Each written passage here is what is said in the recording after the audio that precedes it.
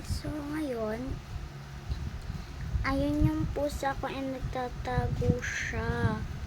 And parang guys, meron pala siyang hinahanap. Like that. And nakikita mo, back to back yung aming ano.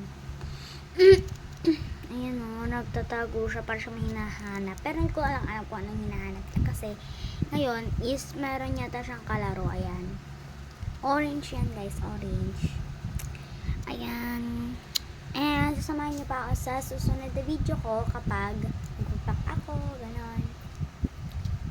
Yan. Kita niyo ba yan guys? Ang pusa ko, oh. Ang cute niya, diba? Diba guys? Ang cute niya. So,